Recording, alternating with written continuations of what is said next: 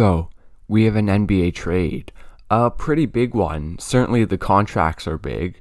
So, the Celtics are trading Kemba Walker, the number 16 overall pick in the 2021 draft, so this year's draft, and a 2025 second round pick to the Oklahoma City Thunder for Al Horford, Moses Brown, and a 2023 second round pick. So, a bit crazy. Horford back to the Celtics. The Thunder take on Kemba and get more picks. They have a ridiculous amount of picks. If we talk about the Celtics first, I think, because they're a team that's going to be looking to be competitive over the next couple of years. Obviously the big thing here for me is they get off of Kemba's contract. If I just do the contract thing quickly. So Kemba next year, 2021-22, had $36 million, and the year after that, a $37.6 million player option, which I think he's probably going to accept. And then Al Horford's contract is $27 million next year, so $9 million in saving there, and then $26.5 million in 2022-23, but only one half of that is guaranteed. So if they were to waive them, they could only pay like 13-14 million. So a lot more flexibility cap wise for the Celtics with this trade.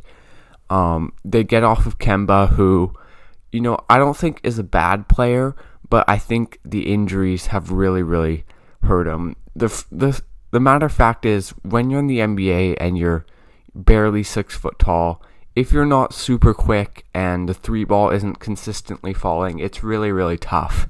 And with Kemba, the knee injuries, he just isn't the same player he was a couple years ago. That doesn't mean he's a bad player. Like, he's still a good 3-point shooter. He can still run high pick and roll, and have success. He can still provide some points, but certainly not the player he was a couple years ago. Not the player the Celtics signed. So I feel it's probably a smart move for the Celtics to get off him, just admit when you're wrong and try and look to the future with Tatum and Brown. And with Horford, they do fill a need at center. Obviously, this season they had Robert Williams, Tristan Thompson, Cantor before they traded him, but I think Horford definitely provides a veteran presence that they need. Seems like a good locker room guy. Brad Stevens obviously coached Horford, and he's now the GM of the Celtics, so that might have something to do with it. What he can provide is a center who can space the floor in offense and pass on offense. That's something I think is very important, because the Celtics are a team that struggled with ball movement a little bit this season. So having a center that can pass and space the floor seems pretty ideal for them on offense, and I think that'll really help out Tatum and Brown. Maybe they can run a bit more motion offense, try and get those guys off ball, making other players better. And then defensively, maybe not as mobile as he once was, but still a decent rim protector. Still not the end of the world if he guards the perimeter.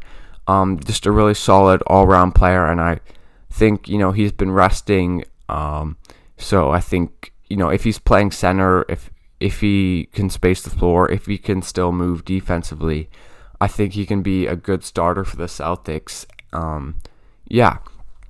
Another thing with the salary cap flexibility is this probably means more moves are coming. I don't think they're just going to make this trade and they're done this offseason.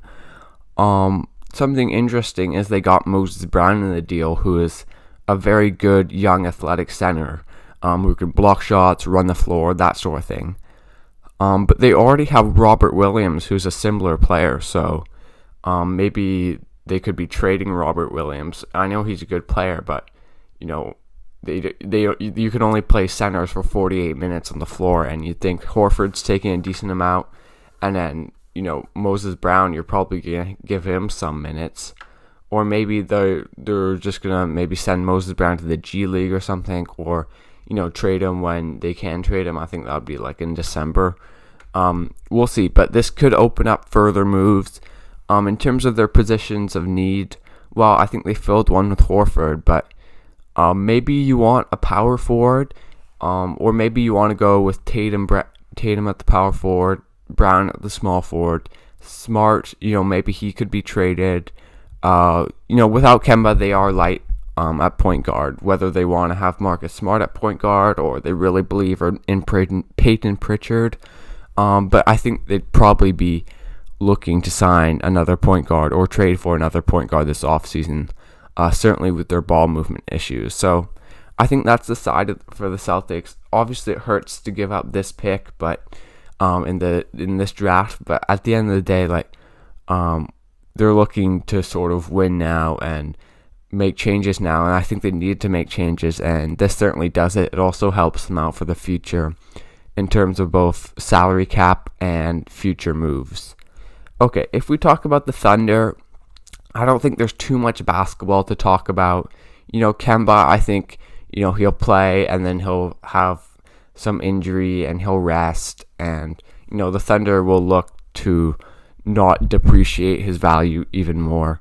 And, I don't think they're going to be winning too many games. I could be wrong, but that's sort of the impression I get with them taking on even more picks and a pretty bad contract. Maybe they'll try and trade him next offseason if he rehabilitates his career a little bit. I still do think he has value. It's just the contract is pretty big, so that definitely hurts them. So we'll see the basketball-wise, but they get another pick, which obviously it's nice. Apparently you can't have too many picks if you're Sam Presti and the Oklahoma City Thunder. They at some point they're going to need to do something with these picks. Obviously it's not now, but I think they have 18 seconds and 18 firsts in the next, whatever it is, 7 drafts or so. The NBA roster size is 15 players, so they're not going to be able to use all those picks. But the good thing is picks are valuable in the NBA, and we'll see when and we'll see who, but I think we could see a trade for a big name star. They certainly have the assets to pair alongside Shea. One thing I would be worried about if I was the Thunder is I don't want to do this, tank for too long.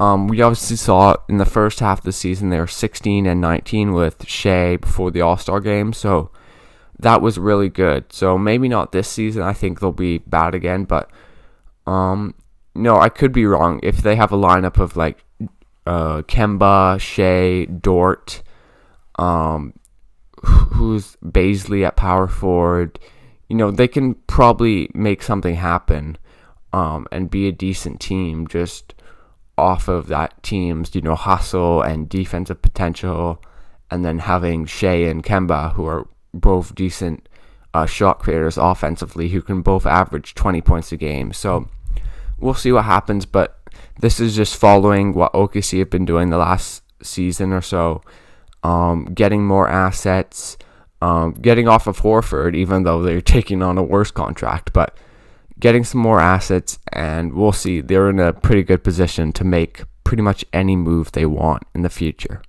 But anyways, if I think of grades, this is tough. For the Celtics, a B maybe. I sort of like how, they've admitted when they're wrong and they're getting off of Kemba and Horford, even though he is a bit older and a bit, less mobile than he once was, he still provides value and fit for them with his ability to space the floor, play make, and defend. And for the Thunder, this is sort of what they've been doing for the last couple of years, so maybe also a B. I don't really know. Yeah, so pretty solid trade for both sides. But anyways, thanks for watching this video, guys. Leave a like, subscribe to this channel for more NBA content, and I'll see you guys next time.